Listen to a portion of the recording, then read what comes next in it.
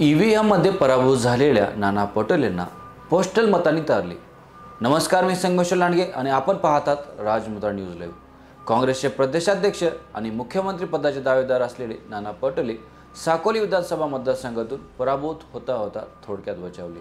नशीब बलवत्तर असल्याने त्यांच्यासाठी टपाल मते धावून आली।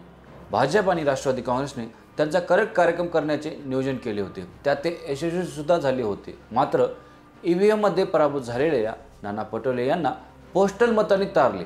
भाजपच्या अविनाश ब्राह्मणकर यांचा त्यांनी अवघ्या 212 मतांनी पराभव केला होता।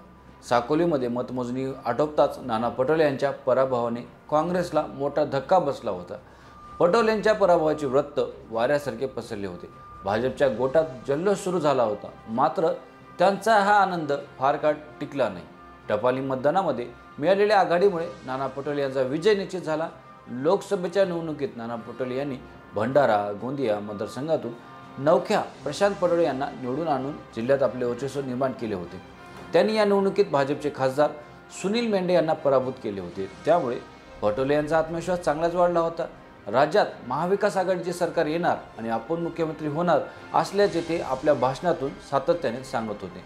नाना पटोले यांचे राजकीय वर्चस्व मोडीत काढण्यासाठी प्रफुल्ल पटेल आणि भाजपने सोशल इंजिनिअरिंग केली होती। राष्ट्रवादी काँग्रेस जिल्हा परिषद सदस्य असलेल्या अविनाश ब्राह्मणकर यांना उमेदवारी जाहीर करून भाजपने सर्वांना धक्का दिला होता। याकरिता भाजपच्या निष्ठावान कार्यकर्त्याची नाराजी ओढून देखील घेण्यात आली होती। भाजपच्या सोमदत्त करंजकर यांनी बंडखोरी सुद्धा केली होती।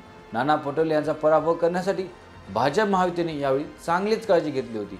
निवडणुकीमध्ये कुठलाही वाद उद्भवणार नाही आणि हाय प्रोफाईल होणार नाही याचीही दक्षता घेण्यात आली होती। भाजप महायुतीने ठरवल्याप्रमाणे सर्व काही जुळून आले होते, मात्र टपाल मतांनी भाजपाचा घात केला। साकोली येथील नाना पटोले यांची 2019ची निवडणूक चांगलीच गाजली होती। भाजपने परिणय फुके यांना त्यांच्या विरोधात उतरवले होते, त्यावेळी सुद्धा अटीतटीची लढत झाली होती आणि नाना पटोले बचावले होते। हीच निवडणूक पटोले यांच्यासाठी टर्निंग पॉईंट ठरली। महाराष्ट्रामध्ये महाविकास आघाडीचे सरकार आल्यानंतर ते विधानसभेचे अध्यक्ष झाले होते।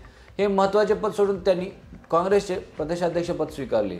लोकसभेच्या निवडणुकीत त्यांच्या नेतृत्वात काँग्रेसचा स्ट्राईक रेट चांगलाच वाढला होता, त्यामुळे संभाव्य मुख्यमंत्री म्हणून त्यांच्या नावाची जोरदार चर्चा सुरू होती। आता नेमकं काय होईल हे पाहण्यासारखं असणार आहे। नेमकं तुम्हाला काय वाटतं? महाराष्ट्राचा मुख्यमंत्री म्हणून कुणाला पाहायला आवडेल? आपलं मत आपण कमेंट करून नक्की कळवा आणि पाहत रहा राजमुद्रा न्यूज लाईव्ह। धन्यवाद।